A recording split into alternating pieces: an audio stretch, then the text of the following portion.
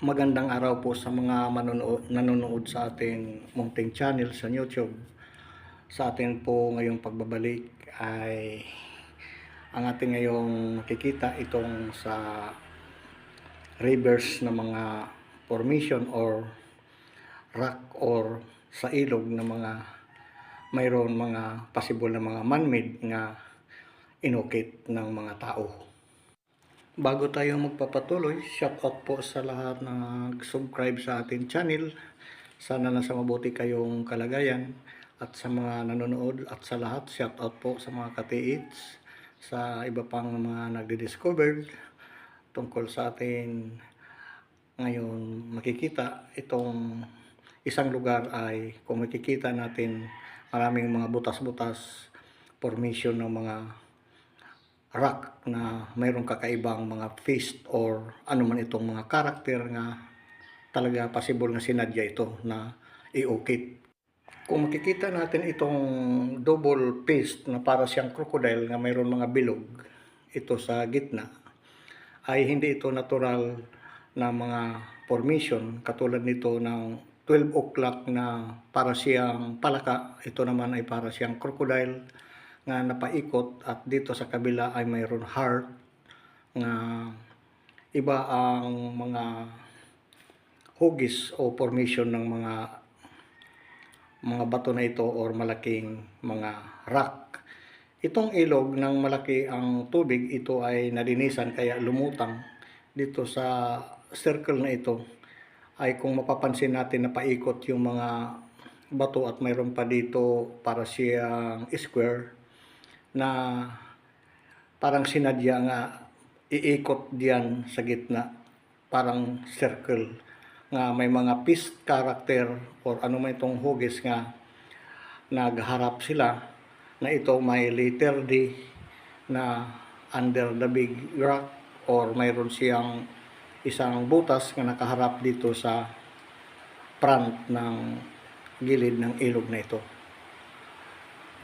Itong ilog sa una nating video, meron na po ito na i-upload na iba nga ito ay daanan ng mga GI or Japanese Imperial noong World War II.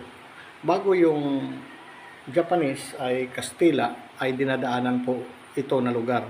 Ngunit dito meron siyang nakatabas ay para siyang itong rock na ito ay mayroon alkitran nga possible na ito ay katulad nitong bilog na natanggalan ng lupa ay para siyang bola na napakalaki na naipit nitong rock or mga bato. Inipit siya kahit magbaha hindi siya matanggal, parang sinadya nga ilagay.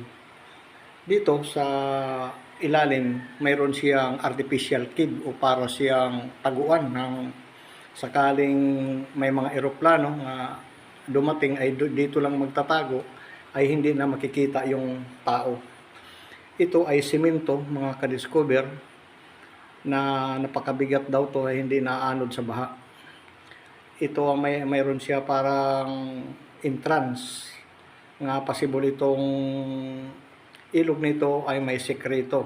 Itong mga flooring kung makikita natin ay simento, hindi palanas.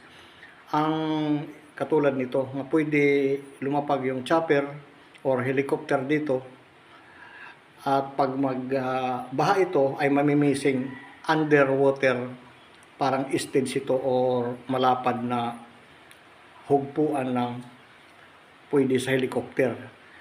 Kung makikita natin itong mga butas-butas napakarami, possible na ginawa ito ng tao or mayroon ito ibig sabihin o natural lang na nadadala sa nabubutas ng tubig. Pero kay simento napakatigas ng atin ito subukin yung yung flooring itester ay matigas, may halong simento. Ang palanas po ay wala pong mga bato or mga halo kundi solido lang talaga siya nga yung sinasabing dapanas or palanas. Dito kahit anong oras ay pwede lumapag yung helicopters at dito meron siyang crater or butas na na dala sa baha. Sa una ito, sabi dito sa atin kaunting pananaliksik, ay lupa. Nang maglaki ang baha, ay ito na yung mga butas-butas. Ang sabi pa daw dito sa mga eksperto, meron po ito purpose or number of person or ano pa, o sinadya ng o normal lang na nakalkal ng tubig. Dito parang siya may hagdanan, para siyang pula, at mayroon ito tatlong colors na mayroon siyang gray na dito daw lagi, sabi pa natin kanina, na dinadaanan ng mga Japanese noong World War II. At hanggang ngayon ay dito naliligo yung mga tao, residente, kasi bayan po ito sa kabila. Ito parang mayroon siya doong butas, parang creek or ano, yung kuiba na parang siyang natakipan. Hindi lang natin masuri dahil ito ay nag-discover lang tayo sa isang lugar. Dito kung makikita natin, ito yung sinasabi kanina na taguan, nga pag duman dito yung tao, kahit 10 katao dito sa ilog, ay dito lang silang magtatago.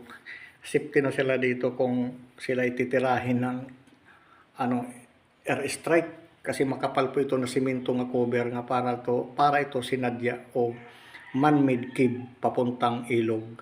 Kung makikita natin doon sa unahan, may heart na lasgas na sa baha or nakamot. Ito ay, ayan, kung makikita natin doon sa unahan ay may mga heart na bato. Ayun, kung makikita natin nga diretso sa ilog. Pag magbaha ito, kahit anong laki ng tubig ay hindi ito nadadala, permanente lang, sabi pa dito ng nakakakita o sa may-ari ng lupa. Ito ay sentro ng ilog, para siyang parang ito maliit na burol, pero nakapagtataka tayo na ito ay mga simento. Makikita natin puti-puti yung kanyang cover.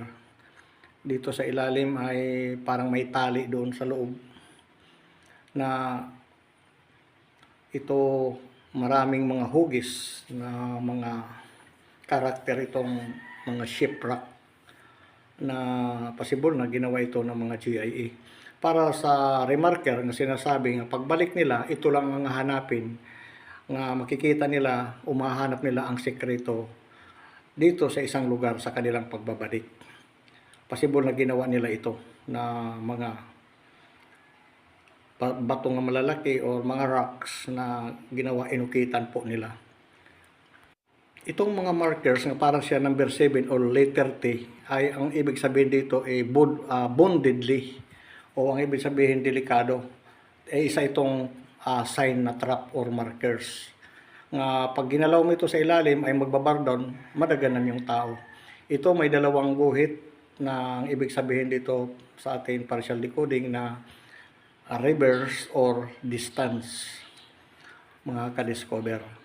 Na dito sa ilog ay isa itong, yan na ang reference na mayroon dot sa gitna na may target. Itong malaking butas, ito na ay, ang ibig sabihin nito, itong ilog ay mayroon sa gitna burol o nagliliter Y. Ito na ang pinapahiwatig niya, sa gitna ang kanilang sekreto. Ito ay deadly bone.